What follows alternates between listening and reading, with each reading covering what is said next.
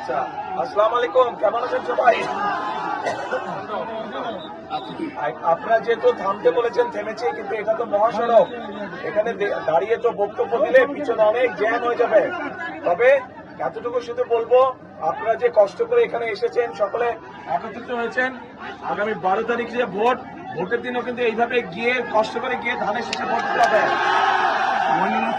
আমার বাবা আমাদের এখানে প্রার্থী হচ্ছে মইনুল হোসেন সাদিক, ডাক্তার সাদিক চিনেন তো? ইনশাল্লাহ ডাক্তার সাদিককে ধানের শীষে ইনশাল্লাহ সকলে জয়যুক্ত করবেন ইনশাল্লাহ। ঠিক আছে, আজকে আর কথা বলবো না, ইনশাল্লাহ ভবিষ্যতে আবার আসবো আমি, তখন সময় নিয়ে আপনাদের সাথে কথা বলবো। আসসালামু আলাইকুম।